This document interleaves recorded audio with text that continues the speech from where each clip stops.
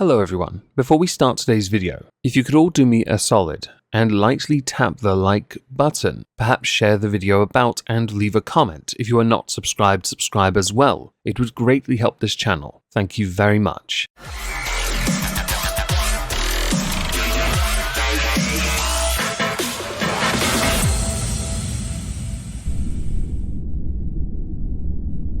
Hello everyone, welcome back to a Megon 2 Electric Boogaloo. Today I'd like to talk about cancel culture. It has been something that has gone on for long enough that it has its own Wikipedia page, which naturally, based on what we're going to discuss today, must mean that it is 100% fictitious. So for those who don't really believe in cancel culture as a thing, I'm now going to reference that Wikipedia page, which actually does sufficiently demonstrate there is some validity to it. Because let's not forget here, when someone is cancelled, whether they are innocent or guilty, they are well and truly cancelled regardless. Call-out culture has been used as part of the Me Too movement. The Me Too movement encouraged women and men to call out their abusers on a forum where the accusations would be heard, especially against powerful individuals. The same can be said for Black Lives Matter, which sought to highlight inequalities, racism and discrimination in the black community, repeatedly called out black men being killed by the police.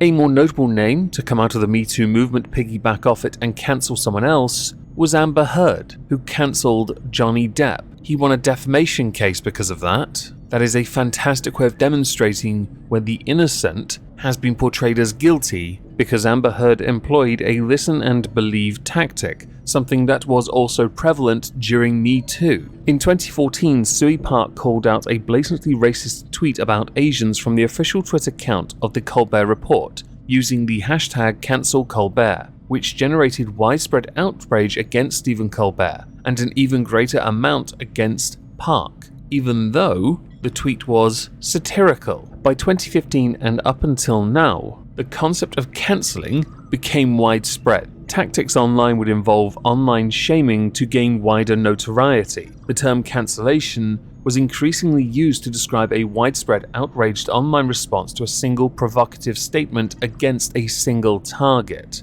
And over time, isolated instances became more frequent and mob mentality, so tribalism, began seeing a culture of outrage and cancellation. From an academic viewpoint, there are many differing interpretations of this. One professor believes that society is too quick to pass judgment against those that they view as public offenders or persona non grata. Others propose alternatives and improvements, with one suggesting calling in rather than calling out to bring forward the former's idea of accountability but in a more humane, humble and bridge-building light. Some believe you need to learn to analyze your own motivations when offering criticism. Tell me you don't use Twitter without telling me you don't use Twitter. If you said anything like that on Twitter, you'd be abused to high heaven. Why? Because people are far too reactive. They always have been. It is the job of others to show them the error. And if they refuse to see it, then you've at least played your part. If they are too ignorant to understand,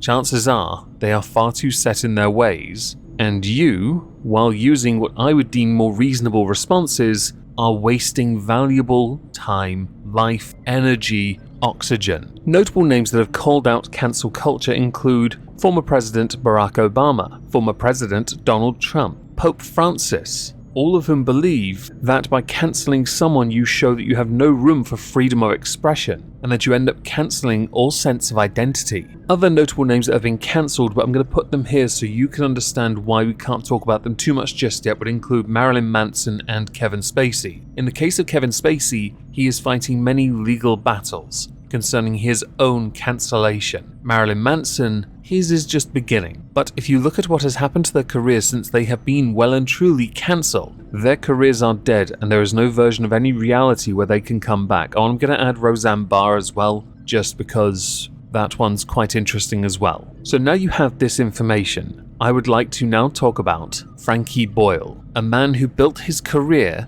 off of offending and saying some of the most controversial stuff in British comedy, who does not believe cancel culture is much of a thing at all. At a festival I've never heard of called Latitude Festival, Frankie Boyle questions the existence of cancel culture. Comedian Frankie Boyle has questioned whether cancel culture, where people are ostracized for making controversial comments, really exists. Somewhat ironic for a guy who built his name off of this, who then spent the better part of a decade pandering to the very people who cancel others. It turns out he grew up, everyone, and he stopped being an edgy boy. I'm not one of those comedians who's like, "Ooh, I've been silenced." I hate those people. Anytime I hear someone say that, I always think, how come I can still hear you? With that remark, he's not really questioning the existence of cancel culture, he's just being a pedantic little shit, which sums him up to a T, to be honest. He also went on to concede that his controversial stage persona was just an act. But we all knew this, because we've seen you on Twitter.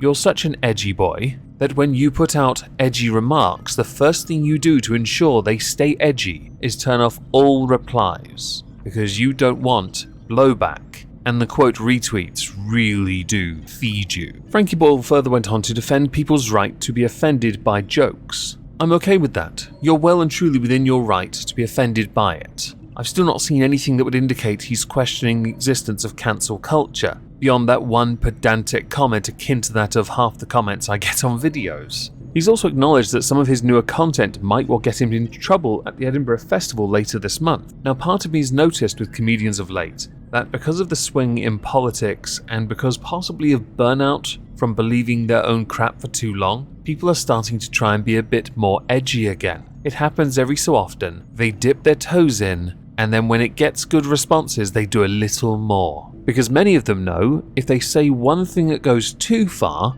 their income suffers. Now, as Frankie Boyle is a renowned multi-millionaire for getting rich off of the back of those offensive jokes to then switch when he had his money, Frankie doesn't have to worry too much about income, which is why he can still be a pedantic little shit when it comes to the concept of cancel culture. Whether Frankie believes in it or not doesn't really matter too much in the grand scheme, because academics themselves concede it is a thing based on a certain behavioural pattern and routine that follows when one is cancelled, that is. Now, Frankie does say some rather insightful things when it comes to politics. For example, he compared Joe Biden to a laptop that's on 4%. Based on Biden's recent comment on upholding the honour of the Holocaust, there might be a point to that. He also believes that we live in a dying political system that throws up politicians who look like they're dying. And if they're not dying, they're people like Keir Starmer who look like they've never been alive. If he ran at a pigeon, it wouldn't move. Which I fully agree with as well. A guy who sounds like he needs his adenoids removed.